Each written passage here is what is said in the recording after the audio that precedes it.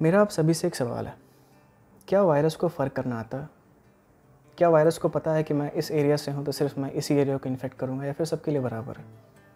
या फिर अगर किसी कंट्री से कोई वायरस ओरिजिनेट होता है तो क्या उसके ऊपर रेशियल अटैक्स करना सही है, रेसिस्ट अटैक करना सही है, उसके खिलाफ मतलब क्रिमिनल एक्टिविटीज़ करना सही है? आज का वीडियो उसी से रिलेटेड है और मैं चाहूँगा कि आप सभी लोग बहुत ध्यान से इस वीडियो को देखें और अगर वीडियो अच्छा लगता है तो दूसरों तक ज़रूर पहुँचाएँ। सो चलिए वीडियो स्टार्ट करते हैं।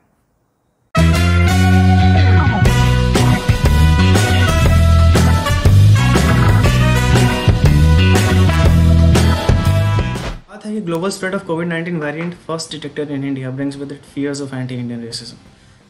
ये चीज़ जो है B1617 जिसको इंडिया में जो कोविड का सेकेंड वेव पूरी तरीके से डिज़ास्टर लाया, ये वेरिएंट उसका बहुत बड़ा रिस्पॉन्सिबल था। इंडिया में केसेस 4 लाख के ऊपर पहुंच गए और दिन भर में लगभग 4000 से ज़्यादा डेथ कैजुअलिटीज़ हो रही थी और इंडिया की कंडीशन पूरी तरीके से क्रैश हो गई थी। हेल्थ सिस्टम पूरी तरीके से क्रैश हो चुका था। तो दूसरे कंट्रीज़ इंडिया को ऑक्सीजन कंसनट्रेटर्स और वेंटिलेटर सिस्टम सपोर्ट देना शुरू किए और उसके बाद धीरे धीरे सिचुएशन थोड़ी नॉर्मल हुई। लेकिन अब आप यहाँ देखो, stop Asian hate, stop Asian hate, stop Asian hate, हर तरफ स्टॉप एशियन हेट। ये क्यों हुआ ऐसा? इसके पीछे बहुत लंबी कहानी है और आप बहुत लोग जानते भी होंगे इसको लेकर। तो जैसे मैं आज इस आर्टिकल के बारे में आपको एक एक चीज़ समझाऊंगा, बहुत सिंपल तरीके से मैं समझाऊंगा। तो आप जैसे नीचे आते हो तो आपको पता चल गया, यहाँ पे ऐसे मैंने बोला कि B1617 वेरिएंट जो था इंडिया में वो अभी तक वर्ल्ड के लगभग 53 कंट्रीज़ में डिटेक्ट किया गया है। और ये इस वेरिएंट की सबसे अजीब सी चीज़ ये है कि ये मतलब वैक्सीनेशन को भी चकमा दे सकता है, एंटीबॉडीज़ को भी चकमा दे सकता है और जिसकी वजह से बहुत ज़्यादा इसका ट्रांसमिशन रेट बहुत हाई है और इसकी वजह से इंडिया जैसे पॉपुलस कंट्री में ये पूरी तरीके से तबाही मचा है।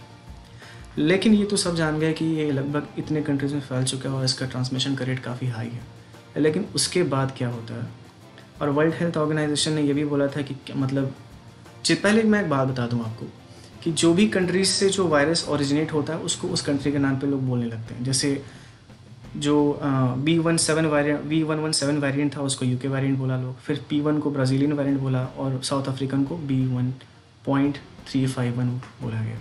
तो उसी तरीके से B1617 को भी इंडियन वेरिएंट बोलना शुरू किया। यहाँ बात आती है कि कोविड-19 एंड रेसिज्म, ये बहुत इंपॉर्टेंट चीज़ है। मैं जो आपको चाहता हूँ कि आप लोग काफ़ी ध्यान से देखें कि जैसे कोविड-19 जब स्टार्टिंग में डिटेक्ट हुआ था चाइना में, उसके बाद जब धीरे धीरे फैलना शुरू हुआ हर तरफ, तो वहाँ पर क्या हुआ कि चाइना के लोगों के ख़िलाफ़ काफ़ी ज़्यादा एंटी लोग हो गए। लोगों को ये मतलब एक अजीब सी उनमें एक प्रॉब्लम होने लगी चाइनीज़ पीपल से और काफ़ी ज़्यादा रेसिस्ट अटैक शुरू हो गए चाइनीज़ पीपल पे। आप देख सकते हो यहाँ पे काफ़ी इंपॉर्टेंट चीज़ लिखा है एंटोनियो गुटेरेस ने कि कोविड-19 does not care who we are. जैसे मैंने आपको बोला स्टार्टिंग में ही कि वो फ़र्क करना नहीं जानता। उसे ये नहीं मालूम कि आप कहाँ से हो, क्या करते हो, क्या नहीं करते। उसे बस पता है कि आपको इन्फेक्ट करना है। तो कोविड-19 का रेसिज्म का शुरुआत होता है चाइना।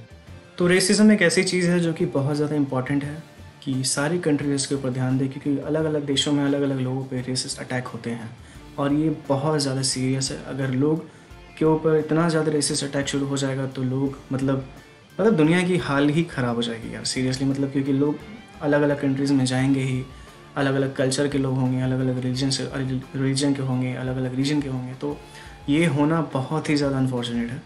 अभी हाल फिलहाल में कैसा क्या केस आया जिसके ऊपर मैंने आज आपके लिए ये वीडियो बनाया कि इंडिया का जो वेरिएंट है, इंडिया में जो वेरिएंट पाया गया कोविड का, अब उसके ऊपर इंडियंस के ऊपर अटैक होना शुरू हो चुका है।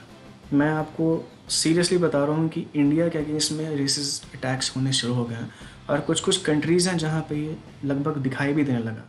सिंगापुर में एक 55 साल की इंडियन औरत के साथ 30 साल के लड़के ने उनके ऊपर अटैक किया, जिसके बाद उस आदमी को अरेस्ट किया गया। और फिर नीचे जब आते हो आप तो आपको पता चलेगा सिंगापुर के बाद यूनाइटेड स्टेट्स में भी ऐसी चीज़ें होनी शुरू हो गई हैं। यूनाइटेड स्टेट्स की बात अगर मैं करूं तो जब ट्रंप एडमिनिस्ट्रेशन था यूएस में, तब चाइनीज़ पीपल के ऊपर काफ़ी ज़्यादा अटैक्स हुए क्योंकि ट्रंप चाइना के काफ़ी अगेंस्ट थे उस टाइम पे और वो कोरोना वायरस को चाइना वायरस और वुहान वायरस से भी बुलाया करते थे, क्योंकि उनको लगता था कि चाइना में ओरिजिन हुआ है कोरोना वायरस का और अभी तक कोई क्लैरिफिकेशन नहीं है कि हुआ है कि नहीं। हाँ, लेकिन लोगों को शक है, कंट्रीज़ को शक है, इसलिए हाल फिलहाल में काफ़ी ज़्यादा वहाँ पे मतलब इंट्रोस्पेक्शन की जा रही है और एक इन्वेस्टिगेशन स्टार्ट हुआ है। तो जब कोरोना वायरस स्टार्ट हुआ था पूरी दुनिया में, तो क्या हुआ था कि यूएस में भी बहुत सारे रेसिस्ट अटैक होने शुरू हो गए थे चाइनीज़ के अगेंस्ट में। और यूएस में हाल फिलहाल भी एक बहुत मैसिव ट्रेंड हुआ था जिसको बोलते हैं ब्लैक लाइव मैटर, जहाँ पे जॉर्ज फ्लॉयड नाम की एक अमेरिकी आदमी की हत्या कर दी गई थी। उसके बाद ब्लैक लाइव मैटर प्रोटेस्ट पूरी दुनिया में ज़ोर पकड़ लिया था। तो ये सब दिखाता है कि रेसिस्ट अटैक बहुत लोगों पे होते हैं दुनिया में, और इसकी वजह से लोग कहीं पे भी सेफ़ नहीं है। कोई कहीं पे भी चला जाए उसके ऊपर रेसिस्ट अटैक ज़रूर होंगे। तो हाल फिलहाल में इंडियंस के ऊपर होना शुरू हो गया because of the Covid that was found in India. अब यहाँ पे जैसे आपने देखा कि अलग अलग चीज़ें हो रही हैं।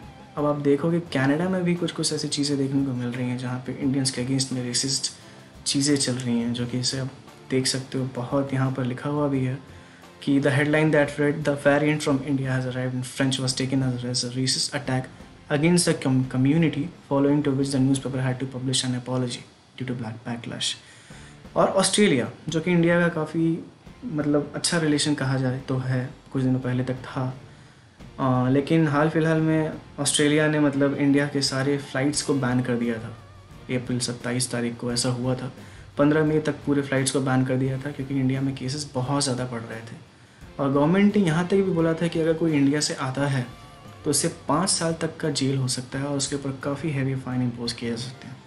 जब उस समय IPL हो रहा था तब बहुत सारे ऑस्ट्रेलियन क्रिकेटर्स इंडिया में थे उस समय। तो जैसे ही ऑस्ट्रेलिया ने फ़्लाइट बैन किया इंडिया का, जब second wave of corona virus India में पीक पे था, तो एक बहुत बड़ा क्वेश्चन ये राइज हुआ कि ये उस समय क्यों नहीं किया गया जब US, UK और यूरोप में कोरोना वायरस पीक पे था, जब वहाँ पे कोविड आउटब्रेक खतरनाक तरीके से हुआ था। उस समय ऐसा क्यों नहीं किया गया, सिर्फ इंडिया के साथ ही ऐसा क्यों?